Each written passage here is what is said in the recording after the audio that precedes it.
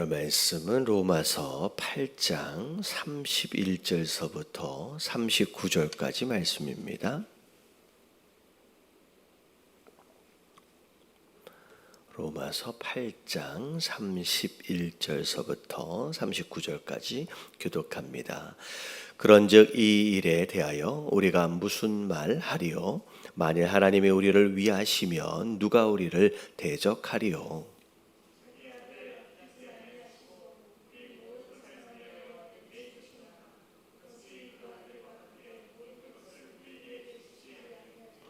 누가 능히 하나님께서 택하신 자들을 고발하려? 의롭다 하시니는 하나님이시니라. 하나님이시니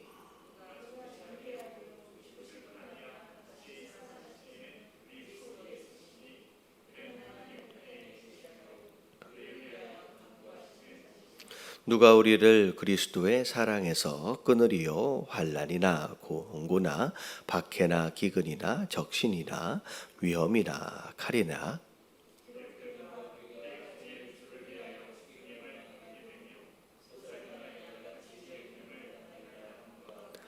그러나 이 모든 일에 우리를 사랑하시는 이로 말미암아 우리가 넉넉히 이기느니라.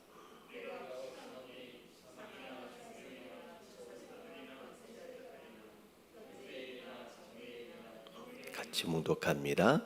높음이나 깊음이나 다른 어떤 피조물이라도 우리를 우리 주 예수 안에 있는 하나님의 사랑에서 끊을 수 없으리라. 아멘.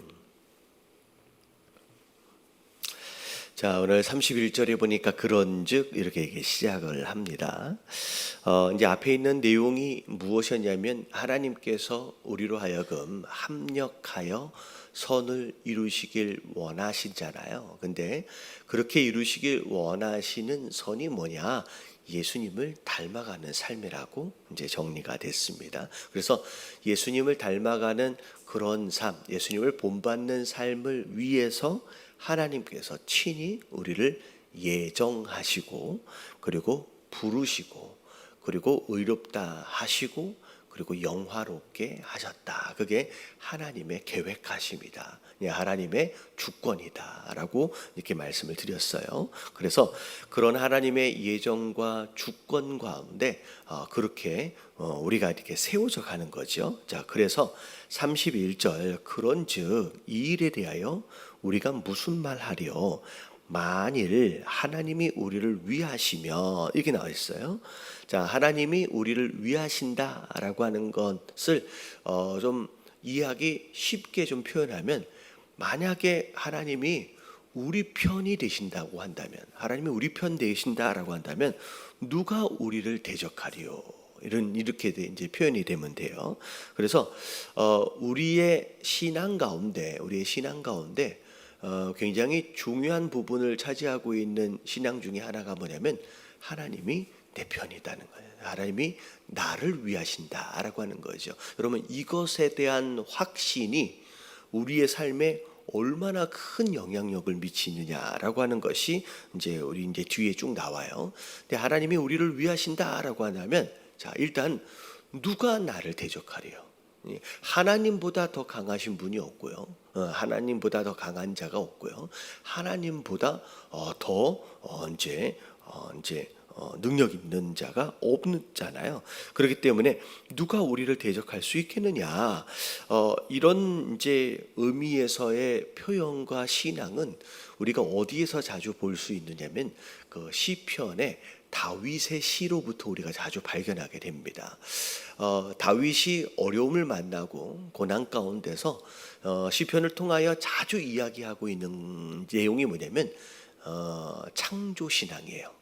네, 내가 믿고 내가 의지하고 내가 예배하고 있는 하나님은 단순히 내가 만나고 있는 내가 직면하고 있는 요 문제 정도를 해결할 수 있는 그런 정도의 하나님이 아니라는 거예요. 그래서 다윗의 시편의 내용을 보면 자주 등장하는 신앙이 창조 신앙이에요. 우리 하나님은 이 세상을 만드신 분이다. 이 세상의 주권자다. 라고 하는 것을 시편에 자주 기록하면서 고난에 대한 이야기와 더불어 하지만 하나님은 그런 하나님이기 때문에 나는 그런 고난을 당연히 이겨낼 수 있다라고 하는 그 내용으로 시편이 흘러가거든요. 어떻게 보면 오늘 말씀에 나와 있는 것처럼의 31절의 내용은 바로 그런 마음이에요. 하나님이 나를 위하신다라고 한다면, 그런 주권을 가지고 계신 그런 하나님이 나를 위하신다라고 한다면 누가 나를 대적할 수 있겠느냐, 함부로 나한테 덤빌 수 없다라는 얘기죠. 그러니까 두려울 것이 없는 그런 신앙. 자, 그러면서 자, 구체적으로 하나님이 나를 위하신다라고 했을 경우에 구체적으로 뭘 의미하는지, 자, 첫 번째 32절을 보니까 자기의 아들, 자, 예수님이죠. 예수님을 아끼지 아니하시고 우리 모든 사람을 위하여 내주시는 그런 하나님이다라고 한다면, 어떻게 보면 가장 아끼는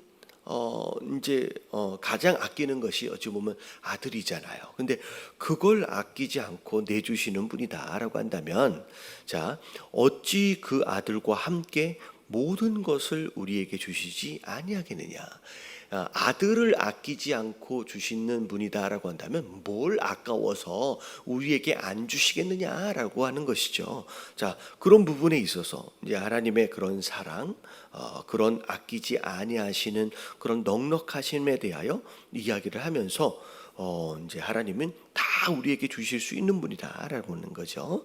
자, 33절에 자, 누가 능히 하나님께서 택하신 자들을 고발할 수 있겠느냐. 자, 앞에 나왔어요. 하나님이 우리를 택하여 주시고 또 불러주시고 그리고 의롭다고 여겨주셨어요. 그리고 영화롭게 하셨어요. 그렇다라고 한다면 누가 우리를 고발할 수 있겠느냐. 의롭다 하시는 이가 누구예요?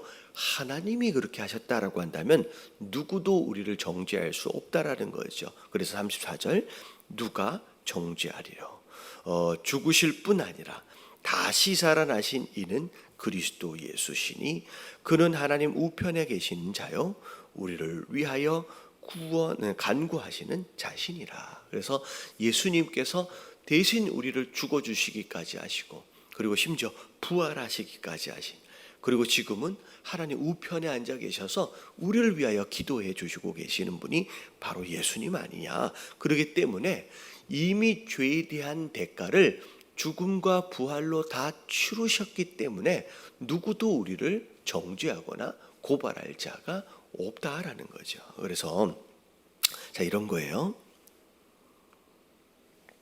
어떤 목사님이 어떤 이제 교회 성도 중에 가족 중에 누군가가 이렇게 종종 이제 악한 영에 이렇게 씌워지는 가운데 이렇게 사로잡히는 그런 일들이 있어가지고 기도하러 가셨대요. 기도하러 가셔서 기도해 주려고 하는데 갑자기 이제 그분이 이제 악한 영에 이렇게 막 이제 사로잡힌 가운데 이렇게 이제 말로 이제 안에 있는 이제 소위 말하면 귀신이죠. 귀신이 말을 하더라는 거예요. 그래서 기도하려고 하니까 목사님에 대하여 네가 얼마나 깨끗하다고 뭐 이렇게 네가 얼마나 자격이 있다고 나한테 이렇게 기도하려고 하느냐라고 하면서 목사님의 어떻게 보면 이제 뭐랄까 연약한 모습들을 막 이야기하려고 하더라는 거예요.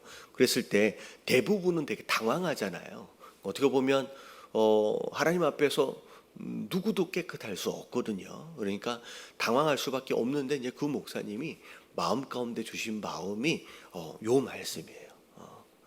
내가 비록 연약하고 더럽고 부족하지만 그럼에도 불구하고 하나님이 나를 위하시면 누가 나를 대적할 수 있겠느냐.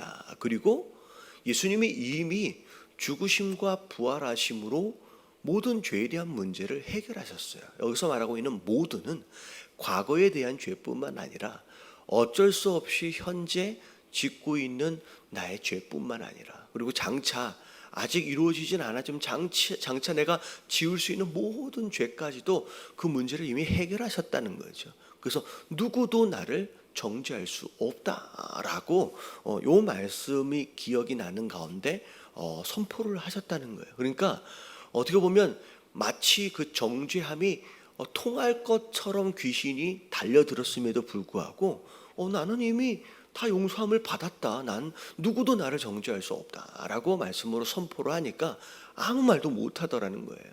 여러분, 이 사단이 이런 거예요. 죄책감을 가지고 우리를 흔들어 놓습니다. 우리가 의롭게 살아보려고, 아니면 우리가 무슨 사명을 감당해 보려고, 우리가 기도해 보려고, 누군가를 위하여 축복하려고 막 뭔가를 하려고 할 때마다 마음 가운데 죄책감을 주는 거예요. 네가 얼마나 잘나서, 네가 얼마나 깨끗하다고, 너 어제도 너 그제도 하면서 계속 우리 마음 가운데 이런 정죄와 더불어 마음을 흔들어 놓으라는. 여러분, 우리가 함께 기도하실 때 여러분, 이게 굉장히 중요해요. 어쩔 수 없이 우리는 연약함 가운데 살아요. 바울 사도가 이야기하잖아요. 오라, 나는 곤고한 사람이라. 바울 사도도 내 안에 싸우고 있는 죄와 이 사망의 법과의 이 싸움에서 자꾸 지고 있는 모습을 보면서 바울 사도가 탄식을 하거든요. 그러니까 우리도 어쩔 수가 없어요. 근데 그럼에도 불구하고 그것을 가지고 우리의 마음을 흔들어 놓으려고 하는 이런 사단의 공격 가운데 우리가 이런 마음으로 이겨낼 수 있다는 거예요. 예수님이 이미 다 이루셨다. 대신 죽으셔서 모든 죄에 대한 문제를 해결하셨다라고 선포하시면서 여러분들 담대하게 싸워 이기시는 저와 여러분들 되시길 주님의 이름으로 축원합니다. 자, 그래서 다 이루셨다. 예수님이 심지어 나를 위해서 지금 하나님 우편에서 간구하고 계시지 않느냐라고 지금 얘기가 되는 거죠. 그래서 누가 우리를 그리스도의 사랑에서 끊으리요. 자, 위에 나와 있어요. 하나님이 우리를 의롭다 하셨어요. 하나님이 아낌없이 다 주셨어요. 그렇기 때문에 우리를 그리스도 사랑 안에서 누구도 끊을 사람이 없고, 끊을 자가 없고. 자, 밑에 보니까 자, 환난이 되더라도, 곤고가 있더라도, 박해나 기근이나 적신. 여러분, 적신은 벌거벗김을 당하는 거예요. 부끄러움을 당하는 거예요. 근데 그런 것이 있더라도, 위험이나 칼이 있더라도 기록된 바 우리가 종일 주를 위하여 죽임을 당하되, 자, 당하게 되며 도살할 양같이 여김을 받았나이다 함과 같으니라. 자, 양처럼, 도살당하는 양처럼에 그렇게 그런 핍박이 있다라고 할지라도, 자, 37절, 그러나 이 모든 일에 우리를 사랑하시는 이로 말미암아 우리가 넉넉히 이길 수 있다라고 말씀하시는 거예요. 그래서 오늘 우리가 무슨 신앙을 갖느냐라고 하는 게 굉장히 중요한데, 그 신앙이 우리를 오늘도 넉넉하게 이길 수 있도록 이끌어 간다는 거예요. 자, 넉넉히 이긴다라고 하는 것이 이게 굉장히 중요한 의미를 갖는데, 여러분, 우리를 이기도록 하시는 근거는 하나님과 우리와의 관계예요. 자, 밑에 나왔잖아요. 그 사랑을 안에서, 그 사랑에서 누가 우리를 끊을 수 있겠느냐. 그러니까 끊을 수 없는 그 사랑이 결국은 우리로 하여금 이기도록 하고요. 그리고 그 사랑에 대한 확신이 넉넉히가 가능하도록 만들어요. 무슨 얘기인지 아시겠죠? 자, 관계가 우리로 하여금 승리로 이끌어 갑니다. 우리가 뭔가를 해서 우리가 이기는 게 아니에요. 예수 그리스도와의 끊을 수 없는 그 사랑의 관계가 결국은 우리를 이기도록 만드실 거예요. 근데 자, 결국은 이겨요. 근데 어떤 누군가의 이김은 아슬아슬하고 불안불안하고 어렵게 이겨요. 근데 이기는 것은 관계 안에 있기 때문에 무조건 이기는 거예요. 근데 여러분, 이 세상을, 이 하루를 살아가면서 어차피 이기는 삶인데, 여러분, 넉넉히 이기는 삶을 살길 원하신다라고 한다면, 여러분, 그 사랑에 대한 확신이 넉넉하게 이기는 거예요. 그래서 이 앞에 나와 있는 모든 내용들이 사랑을 전제로 앞에 계속 뭐라고 얘기하냐면 그 사랑에 대한 확신이에요. 하나님이 나를 위하시면 누가 날 대적해? 하나님이 아낌없이 아들을 주시는데 뭘 아끼어서 안 주시겠느냐는 거예요. 하나님이 나를 의롭다 하셨는데 누가 나를 고발하겠느냐는 거예요. 여러분, 이것에 대한 확신이 넉넉하게 이기도록 만든다는 거예요. 그래서 그럼 신앙생활을 하면서도 여러 가지 종류가 많아요.